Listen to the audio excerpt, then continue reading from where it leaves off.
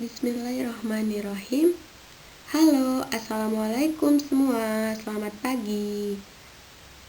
Pada hari ini kita akan membahas mengenai teks persuasi.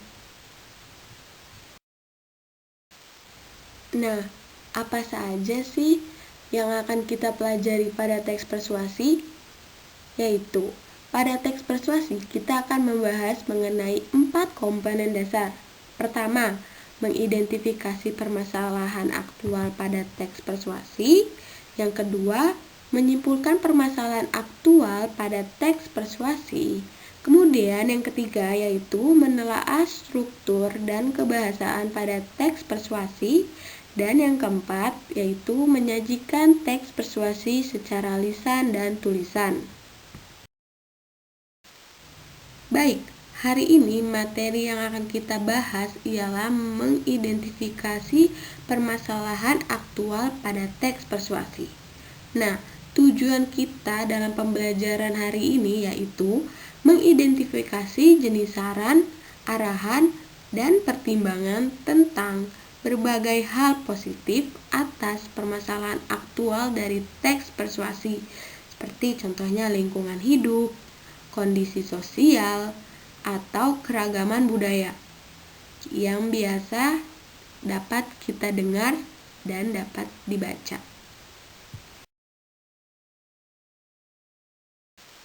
Sebelumnya, apakah kalian tahu mengenai teks persuasi? Coba sekarang kalian perhatikan pada ketiga gambar di bawah ini untuk menyimpulkan pengertian teks persuasi. Oke, pada gambar pertama menyimpulkan bahwa teks persuasi adalah teks yang bersifat membujuk secara halus agar orang lain merasa yakin dengan kita. Kemudian, pada gambar yang kedua menyimpulkan bahwa teks persuasi adalah yang bersifat ajakan atau larangan. Pada bagian ketiga, gambar ketiga, teks persuasi adalah teks yang berisi saran kepada orang lain.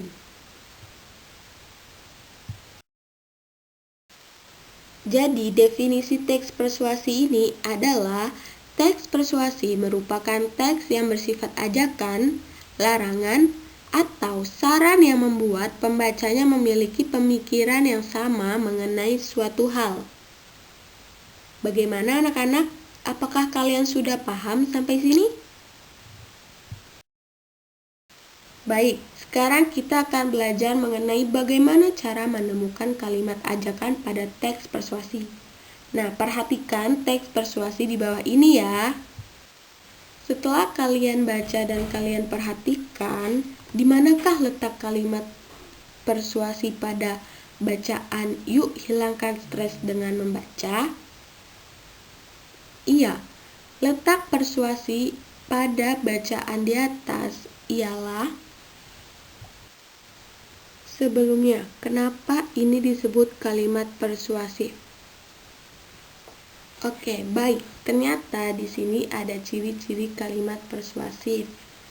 Nah, pada teks persuasif yang berjudul "Yuk hilangkan stres dengan membaca" itu memiliki ciri-ciri teks persuasif, yaitu yang pertama, tujuannya untuk mengajak orang untuk mengurangi stres dengan membaca.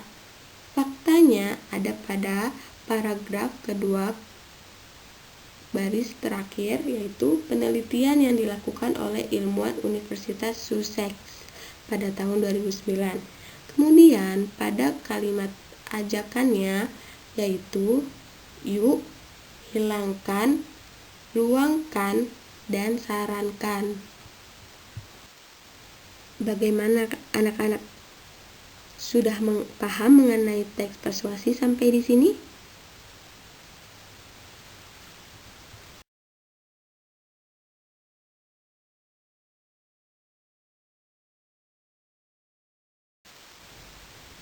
Dari contoh sebelumnya, kita sudah mengetahui ciri-ciri umum dari teks persuasi. Maka, teks persuasi itu bersifat mempengaruhi orang lain.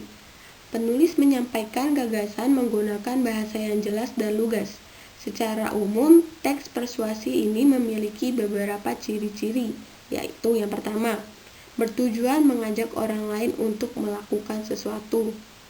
Kedua, memiliki data berupa fakta, contoh, dan bukti yang digunakan untuk memperkuat alasan yang disampaikan oleh penulis berkaitan dengan tujuannya.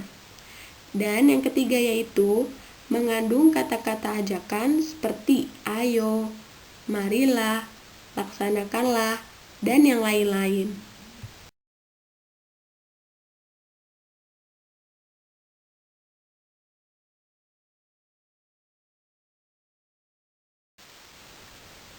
Baik, sebelumnya kita sudah mengetahui ciri-ciri umum dari teks persuasi, maka selanjutnya kita harus mengetahui jenis-jenis teks persuasi. Terdapat 4 jenis-jenis teks persuasi. Yang pertama yaitu persuasi propaganda.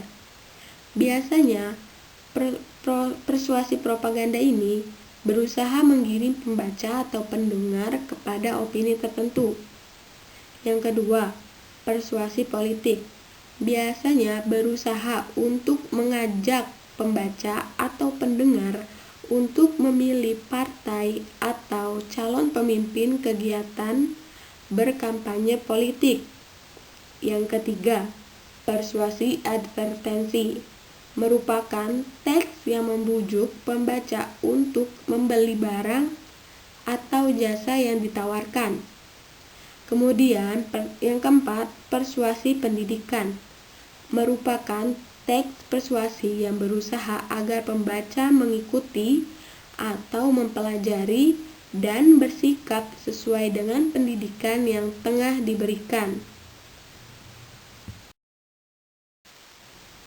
Nah, apa tujuan kita mempelajari teks persuasi? Yaitu, teks persuasi memiliki tujuan untuk meyakinkan pembaca bahwa ide, gagasan, atau pendapat di dalam teks adalah benar dan terbukti, dan juga melaksanakan apa yang menjadi ajakan dari ide tersebut.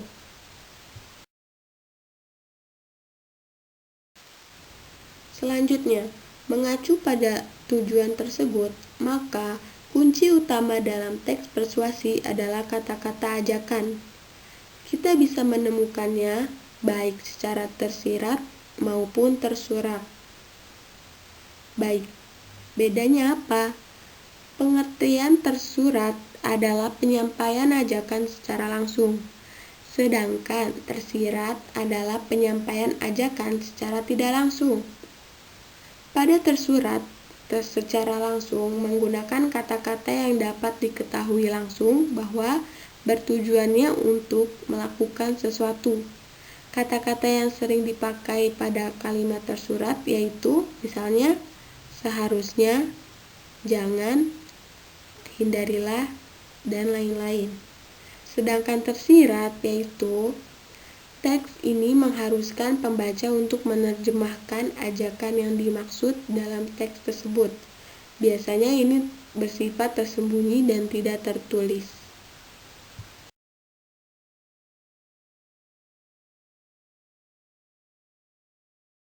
Oke, selanjutnya perhatikan contoh cuplikan teks berikut. Dalam teks ini terdapat bujukan atau himbauan. Coba kita perhatikan bersama-sama pada paragraf terakhir. Pada teks tersebut, penulis menghimbau pada masyarakat untuk berhati-hati terhadap ulah oknum yang meminta sumbangan dengan mengatasnamakan korban bencana alam. Sebelum itu, penulis menyampaikan sejumlah fakta yang bisa meyakinkan dan mempengaruhi pembaca dengan bujukan-bujukannya itu. Jadi, kesimpulannya, isi dari teks persuasi pada cuplikan teks tersebut adalah berupa paparan mengenai argumentasi, fakta, ajakan. Untuk jelasnya lagi, kalian bisa memperhatikan bagian-bagian kalimat di bawah ini. Mana yang termasuk bagian dari argumentasi, fakta, atau berupa ajakan. Baik, jadi kesimpulan dari isi teks persuasi pada cuplikan sebelumnya yaitu pada paragraf pertama yaitu argumentasi, pada paragraf kedua yaitu mengenai fakta, yang ketiga pada paragraf ketiga terakhir yaitu ada pada kalimat ajakan. Oke, sampai sini dulu ya anak-anak mengenai materi teks persuasi. Demikianlah pembahasan mengenai materi mengidentifikasi permasalahan aktual dalam teks persuasi. Semoga kalian memahami pembelajaran dengan baik ya. Terima kasih, sampai jumpa kembali minggu depan anak-anak. Assalamualaikum warahmatullahi wabarakatuh.